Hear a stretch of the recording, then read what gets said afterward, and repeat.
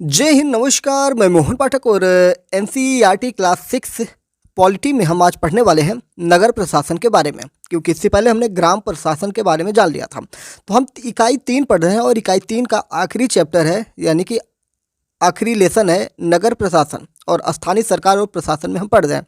इसके बाद इकाई 4 आएगा जिसमें हम आजीविकाएँ हैं, और इकाई 4 में 2 चैप्टर हैं, ग्रामीण क्षेत्र में आजीविका और शहरी क्षेत्र में आजीविका। तो इसके बारे में हम चर्चा अगली कड़ी में करेंगे, लेकिन अभी फ़िलहाल हम जानेंगे नगर प्रशासन के बारे में। तो प्लेलिस्ट बन चुकी है, प्लेलिस्ट में जाकर आप सारी चीज़ें डिटेल में पढ़ सकते हैं। तो आइए जानते हैं नगर प्रशासन क्या है। तो ऊपर देखिए रेड कलर में कुछ लिखा हुआ है। एक गांव के मुकाबले शहर ज़्यादा बड़ा और अधिक फैला हुआ होता है।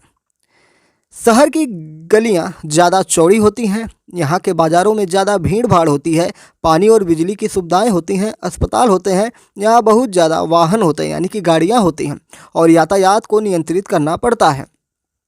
क्या आपने कभी सोचा है कि यह सब इतने सुचारू रूप से कैसे चलता है? कौन सी संस्था इन सब के लिए जिम्मेदार होती है? कैसे निर्णय लिए जाते हैं? कैसे योजनाएं बनाई जाती हैं? कौन लोग हैं जो यह सारा काम करते हैं? आइए उत्तर ढूंढने की कोशिश करते हैं। यानी कि इसमें बताया गया है कि जो शहर होता है उस शहर में लोग ज़्यादा होते हैं, गलियां चौड़ी होती हैं, बाज़ार होते हैं और बाज़ारों में भीड़ भाड़ ज़्यादा होती है। ठीक है, और इसी के बारे में सब कुछ हम जानने की कोशिश करिए। तो चलिए आइए चैप्टर में देखते हैं कि क्या क्या दिया गया है। आइए आपको हम शहर और गांव में अंतर बताएंगे, क्योंकि गांव के बारे में हमने पढ़ लिया है कि गांव में पंचायत होती है, लेकिन शहर में क्या होता है। इतवार की एक अलसाई हुई दोपहर थी जब माला और उसके साथी शंकर, जहांगीर और रेहाना गली में क्रिकेट खेल रहे थे। शंकर ने बड़ा अच्छा ओवर फेंका और रेहाना आउट होते होते बची थी। रेहाना के आउट न होने से शंकर हताश हो रहा था, इसलिए उसने इस उम्मीद से कि वह कैच आउट हो जाएगी एक शॉर्ट बॉल फेंक दी। हुआ उल्टा ही। रेहाना ने इतनी तेजी से बल्ला घुमाया कि गेंद ऊपर गई और गली की ट्यूबलाइट टूट गई। रेहाना चिल्लाई, अरे यह मैंने क्या कर दिया। ट्यूबलाइट टूट जाती है भाई, ट्यूबलाइट टूटेगी तो अंधेरा होगा रात में, तो इसको डर लग रहा था कि अब तो कुछ गड़बड़ हो गया। तो शंकर तपाक से बोला, अरे हम यह नियम बनाना भूल गए थे कि अगर तुम्हारी गेंद से गली की ट्यूबलाइट टूट जाएगी तो तुम आउट मानी जाओगी। तीनों ने ही तब शंकर को विकेट की चिंता छोड़ने के लिए कहा, क्योंकि जो हुआ वे उस बारे में ज़्यादा चिंतित और परेशान हो रहे थे।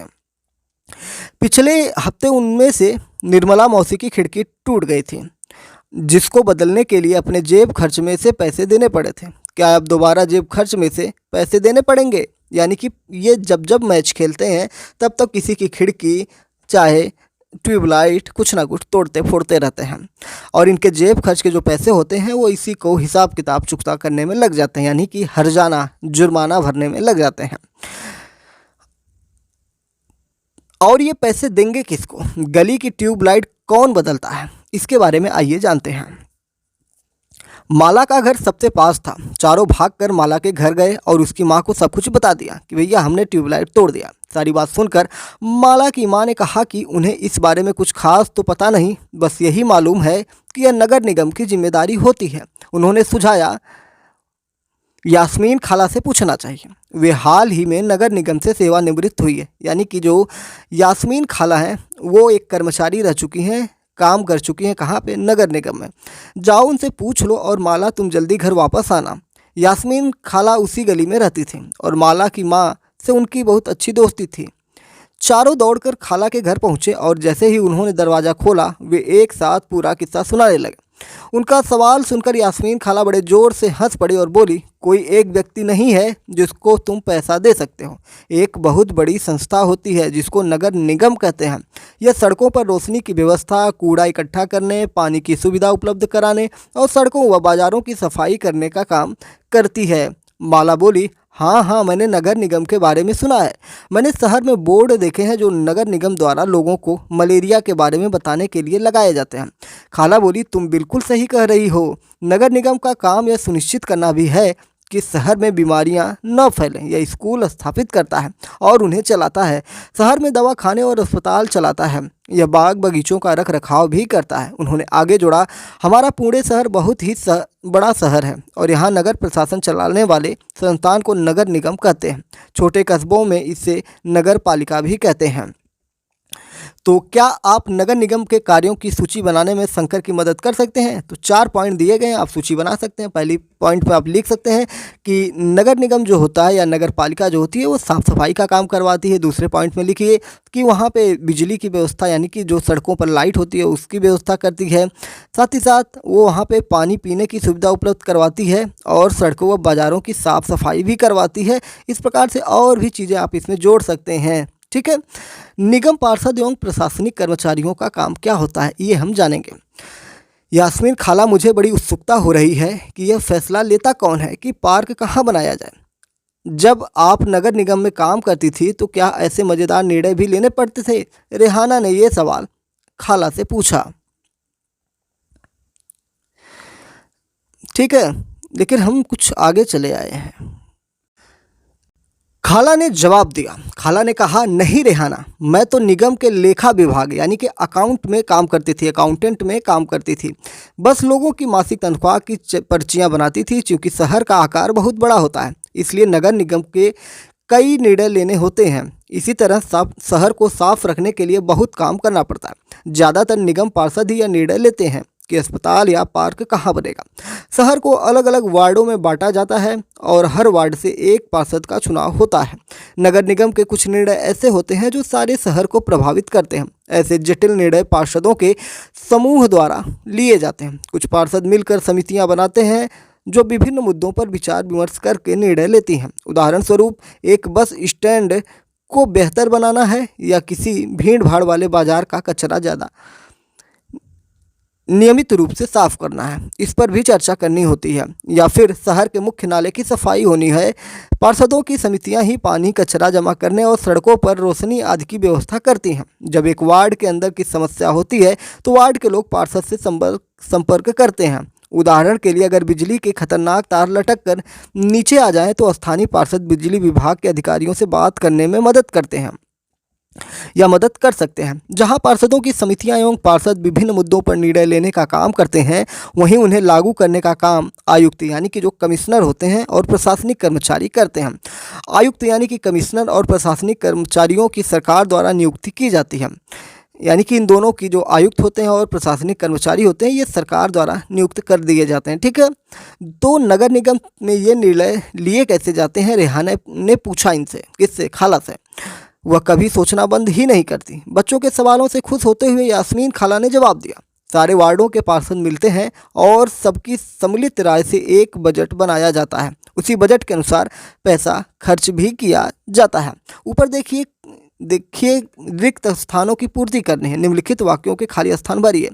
तो इसके पॉइंट है, इसको आप अपने से भर सकते हैं। पंचायत के चुने हुए सदस्यों को क्या कहते हैं? शहर विभिन्न भागों में बटा हुआ होता है। ऐसे ही सवाल इसमें दिए गए हैं। इन सवालों का जवाब आपको खुद ही देना है। ठीक है, आगे चलिए। खाला ने क्या क्या बताया। पार्षद यह प्रयास करते हैं कि उनके वार्ड की विशिष्ट जरूरतें परिषद के सामने रखी जा सकें। फिर ये निर्णय प्रशासनिक कर्मचारियों द्वारा क्रियान्वित किए जाते हैं। खाला बड़ी खुश थी क्योंकि किसी बड़े व्यक्ति ने तो आज तक उनके काम के बारे में पूछा ही नहीं था। बच्चों के सवालों ने उन्हें अपने अनुभव बांटने का एक मौका दे दिया। शंकर ने बड़ी उत्सुकता से पूछा, अपना शहर तो इतना बड़ा है, इसकी देखभाल के लिए बहुत लोगों की ज़रूरत पड़ती होगी। खाला, तब तो नगर निगम में ढेर सारे लोग काम करते होंगे। वह अब तक क्रिकेट के मैच और अपने अधूरे ओवर की बात बिल्कुल भूल चुका था, क्योंकि जिस काम के लिए वो आया था वो काम भूलकर वो कुछ और ही जानकारियां लेना शुरू कर दिया। दरअसल शहर में काम को अलग अलग विभाग में बांट देते हैं। जैसे जल विभाग होता है, कचरा जमा करने का विभाग होता है, उद्यानों यानी कि बाग बगीचों की देखभाल का विभाग होता है, सड़क व्यवस्था का विभाग इत्यादि, यानी कि सब अलग अलग विभाग होते हैं। मैं नगर निगम के सफाई विभाग में थी, उसी के लेखा विभाग में हिसाब किताब का काम करती थी। खाला बड़े इत्मीनान से बता रही थी। फिर बच्चों के खाने के लिए रसोई से कबाब लाने चल पड़े। जहांगीर ने रसोई में खड़े खड़े तेजी से अपने कबाब खा लिए। फिर ऊंची आवाज़ में वहीं से बोला, यास्मीन खाला, नगर निगम जिस कूड़े कचरे को इकट्ठा करता है वह जाता कहाँ है? सवाल तो बड़ा सही था, क्योंकि कचरा अगर कहीं से उठता है तो कहीं पे गिरता तो जरूर होगा। बाकी बच्चे भी कबाब खा ही रहे थे। यास्मीन खाला ने बताना शुरू किया। तो चलिए आइए, खाला ने क्या बताया हम आपको बताते हैं। इस सवाल का जवाब बड़ा मज़ेदार है। जैसा कि तुम जानते हो, कचरा लगभग हर गली में ही फैला रहता है। हाँ, पहले हमारे पड़ोस का भी यही हाल था। चारों तरफ कूड़ा फैला रहता था। अगर कूड़े को इकट्ठा करके हटाया न जाए तो मक्खियाँ भिनभिनाती रहती हैं और आसपास कुत्तों चूहों का जमावड़ा हो जाता है। लोग इसी बदबू से बीमार भी पड़ जाते हैं। एक और बुरी बात यह थी कि बच्चों ने गली में क्रिकेट खेलना छोड़ दिया था, क्योंकि उनके घर वालों को यही डर लगता था कि गली में अधिक समय से रहने में बच्चे बीमार पड़ जाएंगे। चलिए आगे की कहानी हम बताते हैं। लेकिन यहाँ देखिए बॉक्स में कुछ लिखा हुआ है कि नगर निगम को पैसा कहाँ से मिलता है। ये बड़ी बात है, क्योंकि सफाई करना, लाइट लगाना, सब कुछ पैसे के बिना नहीं हो सकता है। तो पैसा मिलता कहाँ है, कौन देता है, पब्लिक देती है या सरकार देती है? दोनों को हम जानने की कोशिश करेंगे। इतने सारे काम करने के लिए बहुत सारा पैसा चाहिए। निगम यह राशि अलग अलग तरीकों से इकट्ठा करता है। इस राशि का बड़ा भाग लोगों द्वारा दिए गए कर यानी कि टैक्स से आता है।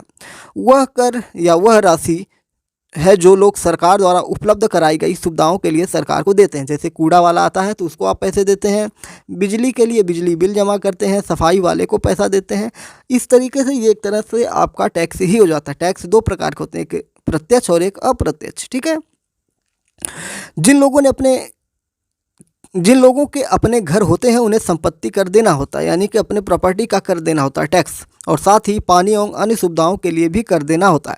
जितना बड़ा घर उतना ज़्यादा कर। निगम के पास जितना पैसा आता है उसमें संपत्ति कर से केवल 25 से 30% पैसा ही आता है। शिक्षा पर भी कर लगता है। अगर आप किसी दुकान या होटल के मालिक हैं तो उस पर भी कर देना पड़ता है। अगली बार जब आप सिनेमा देखने जाइएगा तो टिकट पर भी ध्यान से देखिएगा। हमें मनोरंजन के लिए भी टैक्स देना पड़ता है। इस तरह अमीर लोग संपत्ति कर देते हैं और वहाँ जनसंख्या का एक बड़ा हिस्सा सामान्य तरह के कर अधिक देता है, यानी कि जिनके पास ज़्यादा प्रॉपर्टी होती है वो ज़्यादा टैक्स देते हैं और जिनके पास कम प्रॉपर्टी होती है वो कम टैक्स देते हैं।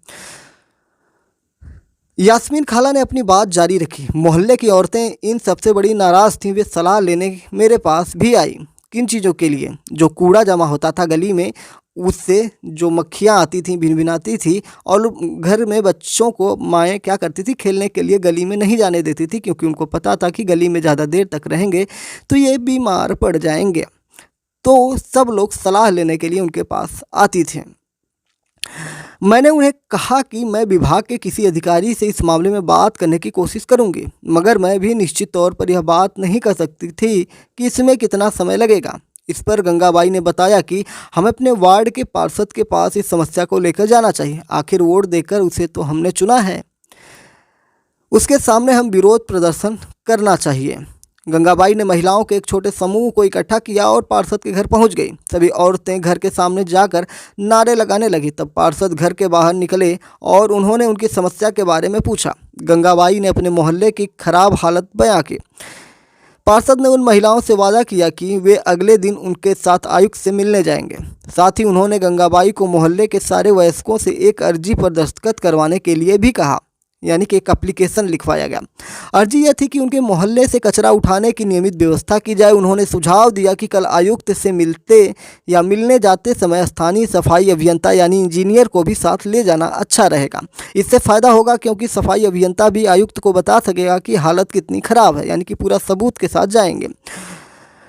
उसी दिन पूरी शाम बच्चे घर घर का चक्कर लगाते रहें ताकि अर्जी पर ज़्यादा से ज़्यादा परिवार के लोगों के दस्तखत लिए जा सकें। अगली सुबह बहुत बड़ी संख्या में महिलाएं, पार्षद और सफाई अभियंता के साथ नगर निगम के दफ्तर हम पहुंच गए। आयुक्त पूरे समूह से मिले, पर वे बहाना बनाने लगे कि नगर निगम के पास पर्याप्त संख्या में ट्रक उपलब्ध नहीं है। गंगाबाई ने तपाक से कहा, लेकिन लगता है कि आपके पास अमीर इलाकों से कचरा उठाने के लिए पूरे ट्रक हैं। जहांगीर ने झट से कहा, इससे आयुक्त का तो मुँह ही बंद हो गया होगा, और नहीं तो क्या। उसने फ़ौरन इंतजाम करने के लिए कहा। यास्मीन खाला ने बताया, गंगाबाई ने आयुक्त को चेतावनी दी कि अगर 2 दिन के अंदर काम नहीं हुआ तो नगर निगम के सामने बहुत बड़ी संख्या में महिलाएं धरने पर बैठ जाएंगी। और आपको पता है कि धरने से हर कोई डरता है। ब्रैकेट पे कुछ चीज़ें लिखी हैं, इसको थोड़ा पढ़ लेते हैं, फिर आगे की कहानी पर हम पढ़ेंगे। खाला के सेवानिवृत्त होने के बाद से क्या क्या बदला है। यास्मीन खाला ने बच्चों को जो नहीं बताया वह यह है कि हाल के समय में पैसा बचाने के लिए कई नगर निगमों ने कचरा उठाने और उसे ठिकाने लगाने के लिए निजी ठेकेदार रख लिए हैं। इसको निजीकरण कहते हैं। इसका मतलब है कि जो काम पहले सरकारी कर्मचारी करते थे वो काम अब निजी कंपनियां करती हैं। निजी ठेकेदार जिन मजदूरों को कचरा जमा करने और उठाने के काम पर लगाते हैं उन्हें बहुत कम पैसा देते हैं। उन मजदूरों की नौकरी अस्थायी होती है, यानी कि उन्हें कभी भी निकाला जा सकता है काम खत्म होने के बाद। ठीक है। कचरा उठाने का काम काफ़ी खतरनाक भी होता है। अक्सर उनके पास अपनी सुरक्षा के साधन नहीं होते हैं। अगर काम करते हुए वे घायल हो जाएं तो उनकी देखभाल करने वाला कोई नहीं होता है। तो आइए कहानी पर आगे बढ़ते हैं। तो धरने पर बैठने की बात जब की गई तो क्या गलियों की सफाई हो गई? रेहाना ने झट से पूछा, जो कभी चीज़ों को अधूरा नहीं छोड़ती थी। वो सवाल पूछना जारी रखें। 2 दिन तक कुछ भी नहीं हुआ, ऐसा खाला ने बताया।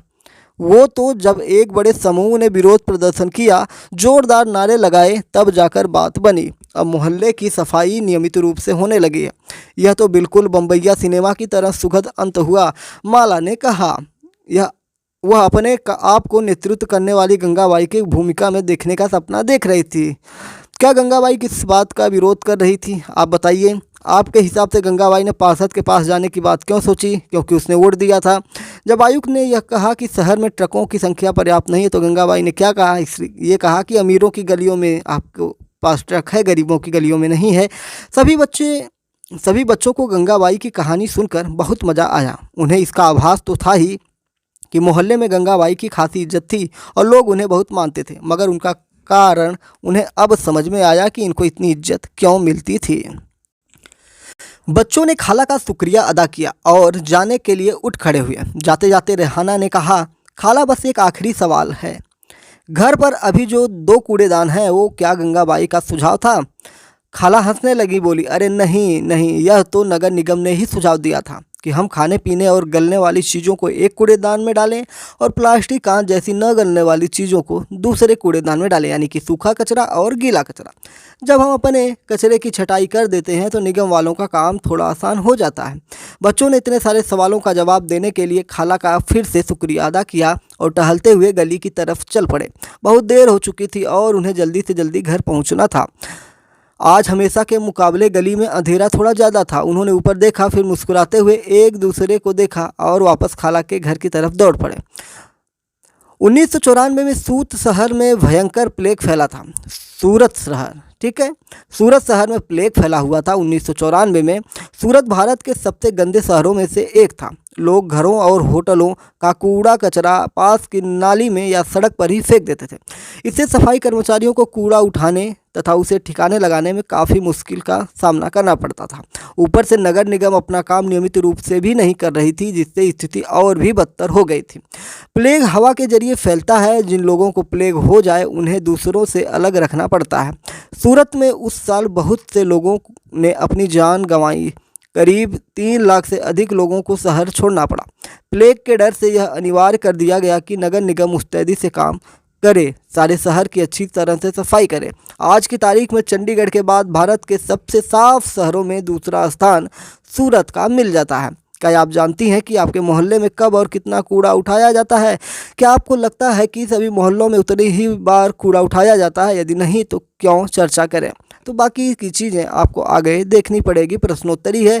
प्रश्न यहाँ पर है, बच्चे यास्मीन खाला के घर पर क्यों गए थे, बताइए। ये सारे प्रश्न हैं, इसको आप देख लीजिए। स्क्रीनशॉट लगा है जिससे आपको प्रश्नों की श्रृंखला मिल जाएगी। ठीक है, तो चलिए ये सारी चीज़ें आपको हमने बता दिया। तो उम्मीद है कि आपको चीज़ें समझ में आई होंगी। यहाँ पर कुछ चीज़ें और हैं। नीचे चित्र देखो, यहाँ पे एक चित्र दिया गया है जिसमें लिखा है भारत सरकार ने देश भर के ग्रामीण और शहरी क्षेत्रों में सफाई को बढ़ावा देने के लिए 2 अक्टूबर 2014 को स्वच्छ भारत मिशन का शुभारंभ किया। स्वच्छ भारत स्वच्छ विद्यालय अभियान के तहत विद्यार्थियों के बीच स्वच्छता और साफ सफाई के बारे में जागरूकता पैदा करने के लिए स्कूलों में कई गतिविधियाँ भी चलाई जा रही हैं। आपके इलाके में नगर पालिका पंचायत द्वारा चलाए जा रहे स्वच्छ भारत अभियान के तरीकों को देखें और एक पोस्टर तैयार करें और इसे अपने स्कूल में प्रदर्शित करें। यानी कि अगर हम आपको बताएं कि जो स्वच्छ भारत मिशन है इसका शुभारंभ कब किया गया, तो 2 अक्टूबर 2014 को किया गया, जब देश में प्रधानमंत्री नरेंद्र मोदी की सरकार 2014 में बन जाती है। तो चलिए फिर मिलते हैं दूसरे टॉपिक के साथ, यानी कि हमारा स्थानीय सरकार और प्रशासन में पंचायती राज, गांव का प्रशासन और नगर प्रशासन समाप्त हो चुका है। अब कल हम पढ़ेंगे अध्याय 7 में ग्रामीण क्षेत्र में आजीविका, फिर अगले दिन पढ़ेंगे अध्याय 8 में शहरी क्षेत्र में आजीविका, और इसी के साथ हमारी कक्षा 6 की पॉलिटी समाप्त हो जाएगी। फिर हम पढ़ेंगे या तो हम पृथ्वी हमारा आवास या हमारे अतीत। ठीक है, तो जो आप कहेंगे उसको हम पढ़ लेंगे। चलिए फिर मिलते हैं। जय हिंद, नमस्कार, भारत माता की जय।